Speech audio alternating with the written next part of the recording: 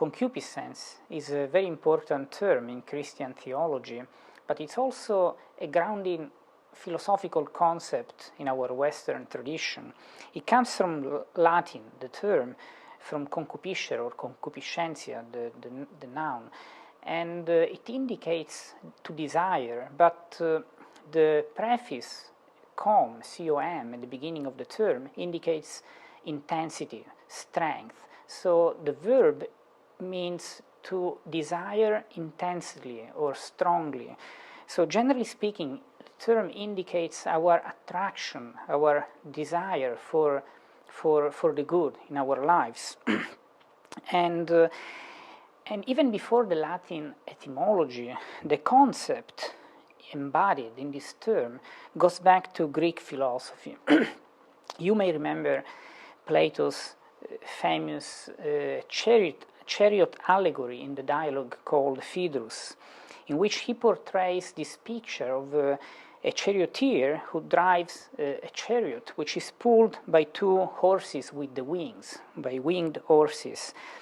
And the charioteer represents our reason, logos in Greek, and the horses represents two parts of ourselves, our soul, in a sense, that don't necessarily drive us according to our reason. And so the charioteer has to lead the chariot, taking care of the fact that these two horses will lead the right direction, the whole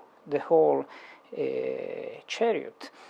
And one of the horses indicates our inclination for pleasures as such, and is called, in the tradition of philosophy, of Western philosophy that started exactly at that time, is called the concupiscible part of our soul.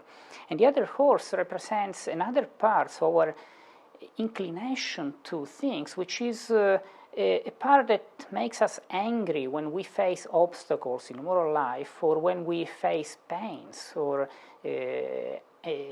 defiance or anything like that, and it's called irascible. So in a sense it's like our reason has to lead the chariot, which is our self, taking care of the irascible part of our soul and the concupiscible part of our soul, so that the desires for pleasures or our impetus, in a sense, for, compared to pains or challenges in our life, don't lead us astray from the course of action that our reason would decide.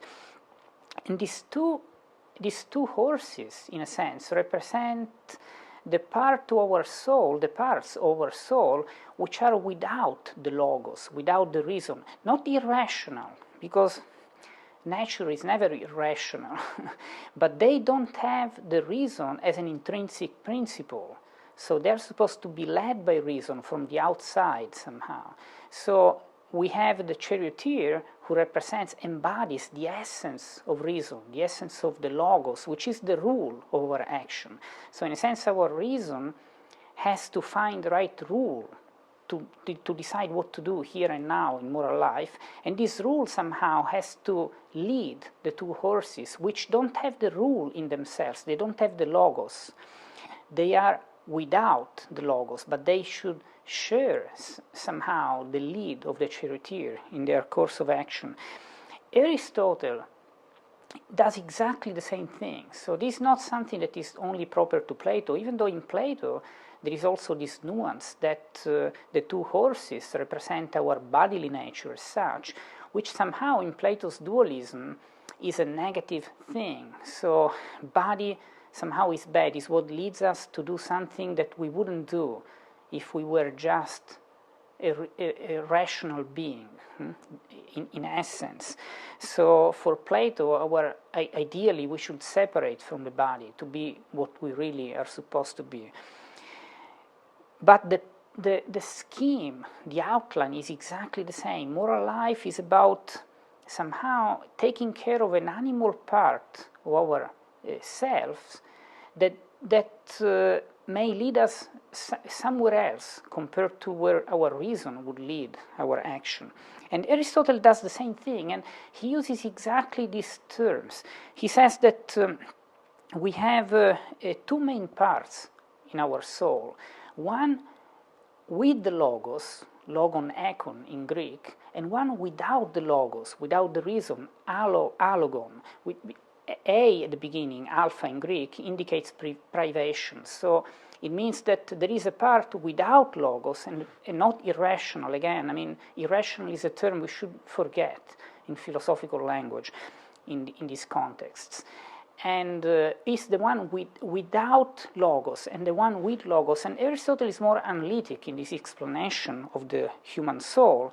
He says that one part of our soul is completely without logos. It's not supposed even to share in our logos. It's what we would call the vegetative part of our soul. Is what we have in common with plants too. I mean, there are things in our bodies that we cannot control through reason in any way. Think of the digestion process.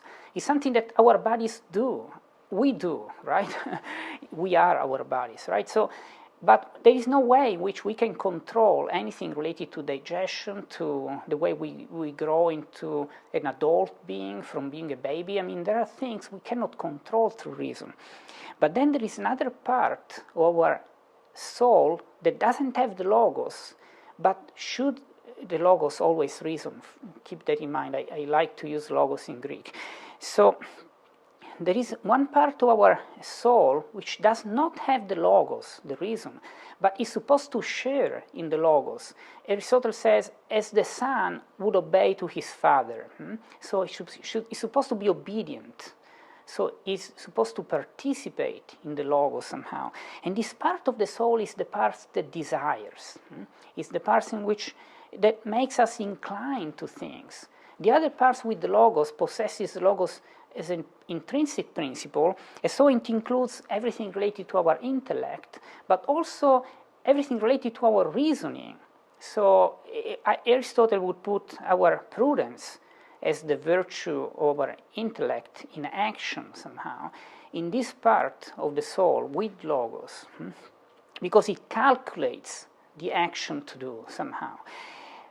But in the parts without logos is an inclination. Think about it this way. When we know something intellectually using our rational part of the soul, so to speak, we are just receiving data. We are not moving towards anything. It's like receiving input. It's like you put data into a computer. The computer is a recipient of data. But when we need to act, we need a power and energy that leads us towards something. And this is called the inclination, the appetites, in philosophical terminology. So the parts of the soul that is supposed to share in the logos, to participate in the logos for Aristotle, is everything included in the appetite and inclination, which is not only what we might naively call the irrational part of the soul, is actually everything related to the desire and the appetites, whether it is more animal-like or more human-like. So Aristotle would distinguish in this non-allogon part of the soul, would distinguish one side which is only about the inclinations that for Plato is the horse with impetus, tumos in Greek. So the irascible horse would be one part of this inclination, of this part of the soul. Another part would be the inclination for just the pleasures of our life, the concupiscible horse, going back to the chariot's image. But there is also another inclination that is still part of that, part of the soul in Aristotle, which is actually what we would translate as will, is boulesis in Aristotle. So for Aristotle, everything related to our inclinations, desires, appetites, that moves us towards something, makes us act, belong to a part of our soul that doesn't have the logos in itself as an intrinsic principle, but should obey, should listen to the logos. So our reason should inform our desires somehow, in order to make us act morally. And this is everything in moral life, in a sense, from starting with Greek philosophy, but this also embodies our Christian vision of morality, which has been formed through Greek philosophy by the fathers of the church. So again, we have it, when we think of concupiscence as a general philosophical term, we should go back to this meaning. Otherwise, we don't get the scope of Christian theology. Concupiscence indicates our inclination, our desire in life for everything that is pleasurable, whether it is more rational-like, belonging to our rational side of the soul, or whether it is more animal-like, but is our desire for pleasures that needs to be controlled somehow, but is not necessarily bad. However, so Christian theology knows that this is the general meaning of concupiscence. For example, in point 2515 of the Catechism of the Catholic Church, it says that etymologically concupiscence can refer to any intense form of human desire. So there is a perfect awareness of this meaning. But the meaning that is mostly used in Christian theology does have a negative connotation. The negative connotation of having a horse which doesn't obey reason. So concupiscence becomes mostly a term in our theology that indicates the fact that we have a part of our soul that doesn't obey reason and leads us to do something that is not good for our life. Christian theology has given it a particular meaning, the movement of the sensitive appetite, contrary to the operation of the human reason. The Apostle St. Paul identifies it with the rebellion of the flesh against the spirit. Concupiscence stems from the disobedience of the first sin. It unsettles man's moral faculties and, without being in itself an offense, inclines man to commit sins. So, Catholic theology connects concupiscence as this tendency to act not according to our reason, to the original sin. And this is the main meaning we should keep in mind if we want to enter into the Christian vision of concupiscence and its implications for our faith. Again, let's go back to an article of the Catechism which directly relates to the original sin, point 405. Although it is proper to each individual, original sin does not have the character of a personal fault in any of Adam's descendants. It is a deprivation of original holiness and justice, but human nature has not been totally corrupted. It is wounded in the natural powers proper to it, subject to ignorance, suffering, and the dominion of death, and inclined to sin, an inclination to evil that is called concupiscence. Now, so concupiscence is an inclination to evil which is a consequence of the original sin, which is the deprivation of the state of holiness called the original justice, which is the one we had in the Garden of Eden before the original sin. So it is a disordered inclination to evil, and but what we should keep in mind is that the inclination itself to pleasures and desires is not evil in itself. It's the disordered inclination which is evil. So in our selves include as a necessary part, because again, without these inclinations to pleasures, we wouldn't do anything. We cannot have the power to move. So ideally, without the original sin, our desires would obey reason spontaneously. It would actually, our animal self, in a sense, let me pass this expression, even though it's not just about being animal, but it's not just about our bodies, but our concupiscence, in general philosophical term, would actually even facilitate our moral decision, because our body would desire already in a way that conforms to the decision of our rational decision, our right rule in our mind. But the original sin broke this harmony. And so the term concupiscence at this point in our theology indicates not just the general attraction for the good as pleasure, but it indicates the disordered, the corrupted inclination toward the pleasure, which doesn't conform to the rule of reason, to the charioteer, right? And we can find it also. It's interesting that the original sin is a theological truth. I mean, it's not something we can achieve through reason. It's not a philosophical truth. But it's interesting that the traces of the original sin are in philosophy, are in our daily experiences. Why? Because when we focus on ourselves, as Plato did in his dialogues, in his life, we find something wrong. I mean, the real question is, what's wrong with us? Why is that I would like to do something and somehow my animal life inclines me not to do it or to do something different? Why do I think that now I should get back to work and I still sit down and keep watching a movie or keep eating something I like? This idea is the reason why Plato thought that our body was evil somehow, because he thought, my reason wants to do something different, wants to know the truth in a more pure and higher way, but my body somehow leads me somewhere else. And this is the core of the original sin experience in human life. It's like we experience a fracture between our reason and our body life. A fraction difficult to harmonize, which is supposed to be the work of the moral virtues, to train our inclinations for pleasures so that they will desire according to the rule of reason, according to the logos. St. Thomas Aquinas wonders whether the original sin itself is concupiscence, and the answer is yes. I mean, there is a way in which we can call concupiscence the original sin, but he says materially, not formally. We were living in this order of original justice, but then our will it creates a principle of disorder in this original justice.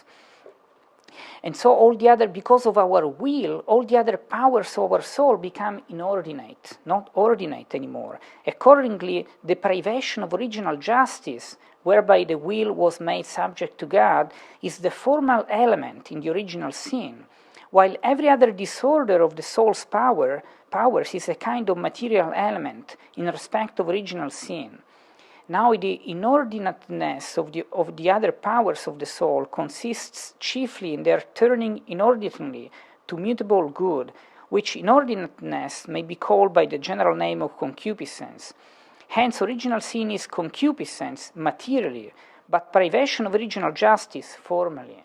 So this is what it is interesting. At the origin of our theology, we might even use the term concupiscence to indicate materially what happened with the original sin, which is not having the harmony in our powers anymore, in our soul's powers anymore, as part of who we are. Now, this is also a reason why concupiscence, in this meaning, involves, in our theology, mortification. Because again, I mean, it's not like our inclinations to pleasures, our desires in our lives are bad. But in a sense, in the present condition, after the original sin, we experience an excessive attraction towards pleasures. And so, in order to pull the horse back to where we are supposed to go, somehow we should remove even part of the things which are not necessarily in excess. So it's like take something more away so that our body will be trained to. It's like when we train to be a good athlete. We do much more than what we need somehow in a competition when we are in gym training. Why? Because our body has to become more powerful. So mortification somehow is like taking something away from our ordinary necessities so that so that we keep training the horses. So, because mortification technically is something bad. I mean, we do something bad to us. For example, we don't eat when we are hungry, which is bad. But in our theology and philosophy, there is a hierarchy of goods. So the goods of the bodies are subject to the goods of the soul, and then there is a hierarchy. I mean, our eternal beatitude is more important than other goods. So when something that belongs to the body puts in danger a higher good, we can put it down. And so this is bad compared to the part, but is is good compared to the whole. So mortification is very important, it's part of our daily life, and again, it's an experience that it's even independent from our theological tradition. Even Plato figured it out. He thought that our life was supposed to be a training to control our passions this way. The idea of a sort of mortification to train the horses is kind of present in our civilization. Every time we focused on this fracture between what we are supposed to do according to our reason and what we figure that our body, our animal-like self sometimes lead us to do, which is not necessarily in the same thing. Now, in St. John, as you probably remember, in his first letter, says that all our concupiscence is reducible to three kinds of concupiscence: the lust of the flesh, the lust of the eyes, and pride of life. And this is an important part of our theology that indicates our concupiscence. It spells it out into three different categories now, which indicate in the negative connotation three ways in which we can sin, three sinful main attitudes we can have. And this is very important because our theology connected Adam's sin to Jesus' temptations. Jesus is the new Adam. Where Adam disobeyed to God, Jesus obeyed until the end. Until the very last sip on the cross, he fulfilled God's will entirely, perfectly. And so, according to this threefold level of concupiscence that St. John talks about, our theology has been, describing both the original sin by Adam and the temptations of Jesus. And let's see why. Let's see how that works. I mean, let me just recall the passage of the Gospel from Luke in which the devil is tempting Jesus. Filled with the Holy Spirit, Jesus returned from the Jordan and was led by the Spirit into the desert for 40 days to be tempted by the devil. He ate nothing during those days, and when they were over, he was hungry. The devil said to him, "If you are the Son of God, command this stone to become bread." Jesus answered him, "It is written, one does not live by bread alone." Now, this first temptation is about the desire for something material, which is what in John's terms would be the lust of the flesh. And if you go back to Adam at this point, you would see that somehow the first approach of Adam to the sin was to see the fruit as desirable. So somehow there is this first attraction for the fruit that leads him to do something sinful eventually. Then he took him up and showed him all the kingdoms of the world in a single instant. The devil said to him, "I shall give to you all this power and their glory, for it has been handed over to me, and I may give it to whomever I wish. All this will be yours if you worship me." Jesus said to him in reply, "It is written, you shall worship the Lord your God, and him alone shall you serve." Now, this second temptation would match what John calls the lust of the eyes, which is somehow what Adam feels when, after he sees the fruit as desirable, he sees as desirable to possess it. So it is desirable, I want it. So this possession, this idea of possessing the good, is the second sinful attitude, the second concupiscence. Then he led him to Jerusalem, made him stand on the parapet of the temple, and said to him, "If you are the Son of God, throw yourself down from here, for it is written, He will command His angels concerning you, to guard you, and with their hands they will support you, lest you dash your foot against a stone." Jesus said to him in reply, It also says, "You shall not put the Lord your God to the test." When the devil had finished every temptation, he departed from him for a time. This line is important because the Gospel says that the devil finished every temptation. This is one of the reasons why somehow the theology, our tradition, interpreted this passage as including every possible temptation. And so, and this would be the third concupiscence in St. John's line, the pride of life, which in Adam's sin, it was the very end, is the desire to be like God, to become like God, the real pride behind every sin, really. Thomas Aquinas draws the same parallelism in the Summa Theologiae, the third part, the more theological part, in question 41, article 4, where he goes back to the way in which the devil tempted Adam, and then goes back to how the devil tempted Jesus, and he writes, at first he, the devil, enticed his mind, Adam's mind, to consent to the eating of the forbidden fruit, saying, why has God commanded you that you should not eat of every tree of paradise?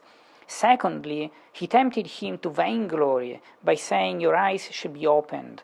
Thirdly, he led the temptation to the extreme height of pride, saying, you shall be as gods, knowing good and evil.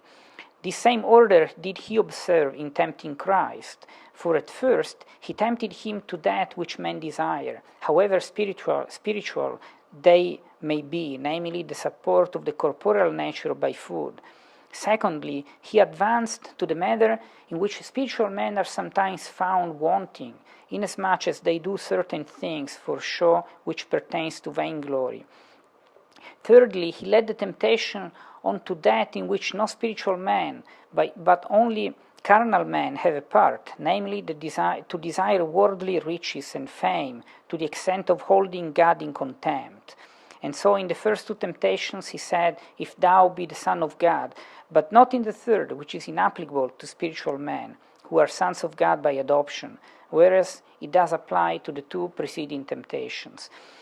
Now, besides this clarification about the difference between the first two and the third temptation, Aquinas also replies to a possible objection that, after all, the first temptation was not something evil. I mean, eating is not something bad. If you're hungry, you can eat, which is interesting because the meaning of concupiscence, as we said at the beginning, in our theology has a negative connotation. It indicates something sinful, and this is the way our theology interpreted it.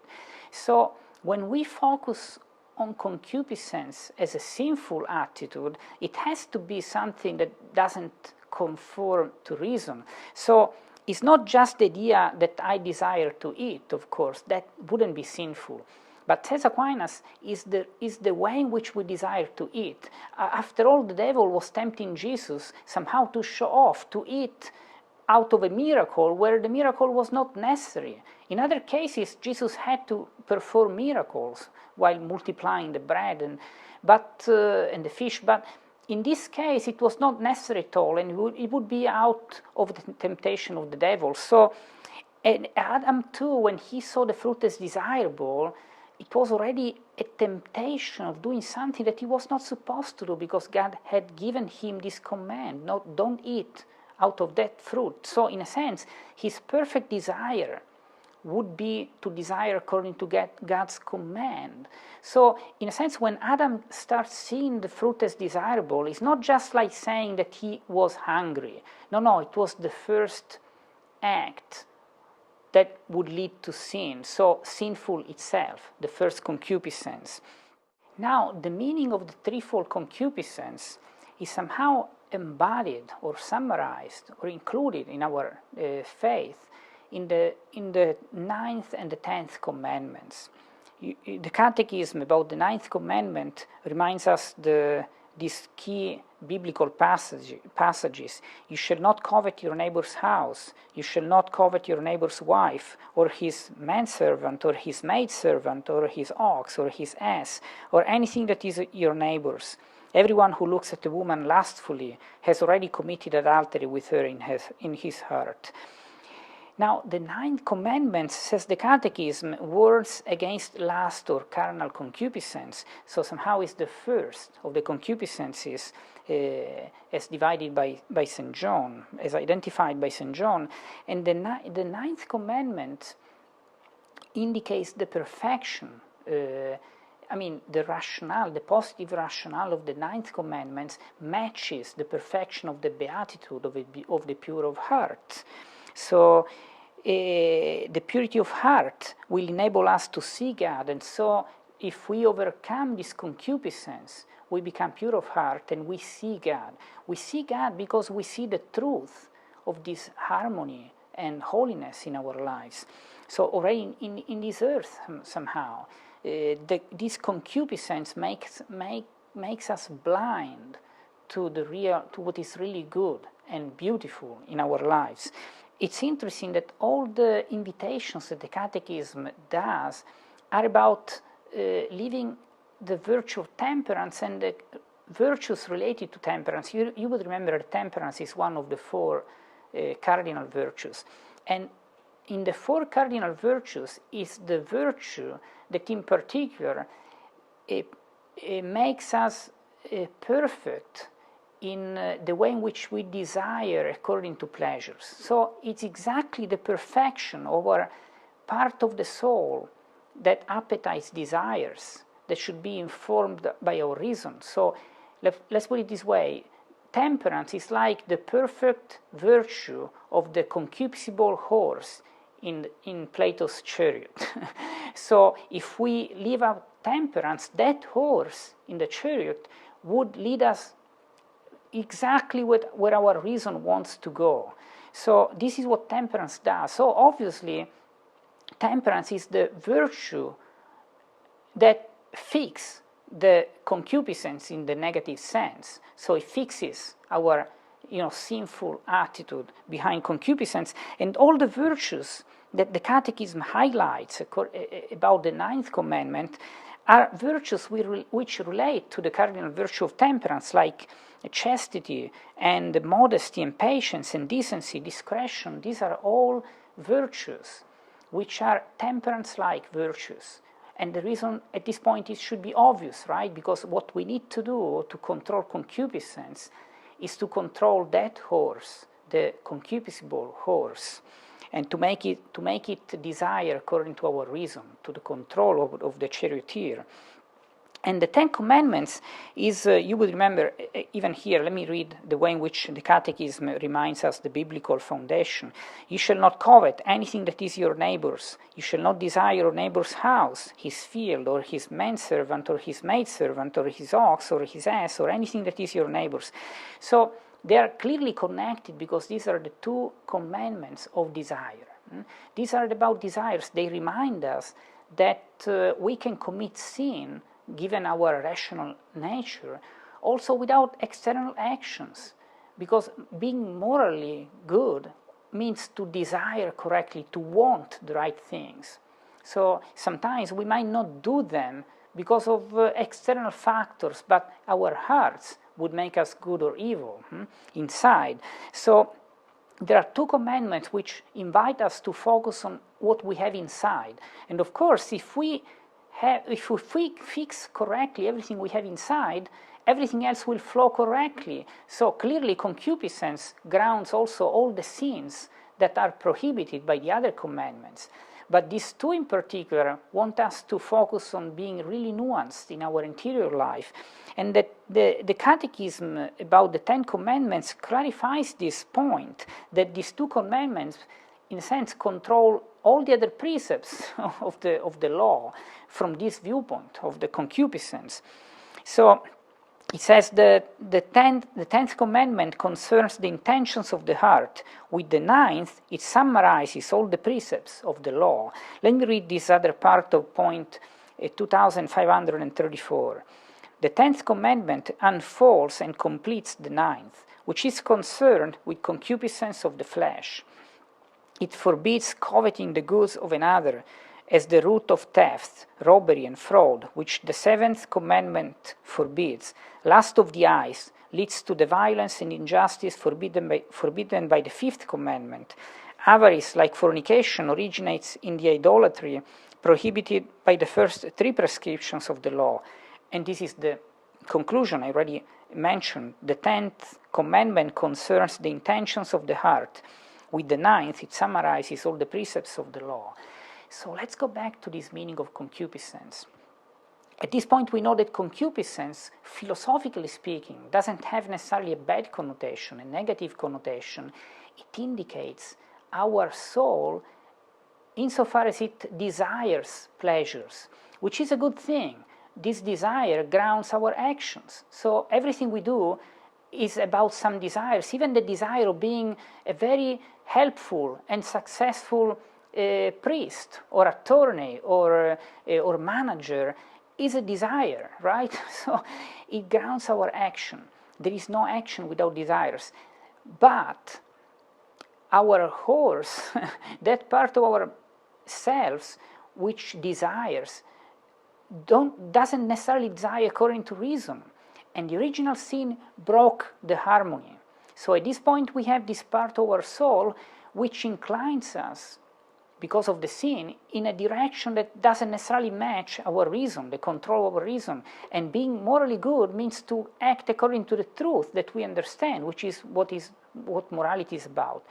So concupiscence, in the negative sense of Christian theology, is the disordered inclination to pleasures which hinders our moral life.